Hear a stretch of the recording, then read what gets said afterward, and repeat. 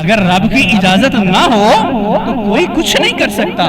اور یہ اللہ تبارک و تعالی نے قرآن پاک میں یہ عقیدہ دیا کہ میری وَلَوْ أَنَّ مَا فِي الْأَرْضِ مِنْ شَجَرَةٍ أَقْلَامٍ وَالْبَحْرُ يَمُدُّهُ سَبْعَةُ أَبْحُرٍ مَا نَفِدَتْ كَلِمَاتُ اللَّهِ۔ اللہ نے قرآن میں یہ بتایا کہ میرے علم کے بغیر اس کائنات میں ایک پتہ نہیں ہلتا، تو تم کیسے کسی کے بارے میں یہ کہہ سکتے ہو کہ وہ اللہ کی اجازت کے بغیر، وہ اللہ کی عطا کے بغیر وہ جب چاہے کسی کو کچھ بھی عطا کر دے؟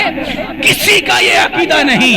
اگر ہے تو وہ غلط ہے کہ کوئی بندہ اپنی مرضی سے اپنی طاقت سے کسی کو کچھ بھی دے سکتا ہے۔ جو بھی دے گا، اگر کوئی بزرگ دے گا، کوئی ولی دے گا، کوئی نبی دے گا، جو بھی عطا کرے گا وہ اللہ کی عطا سے عطا کرے گا، اللہ کی اذن کے بغیر، اللہ کی اجازت کے بغیر، اللہ کے حکم کے بغیر کوئی بھی کسی کو بھی کچھ نہیں دے سکتا۔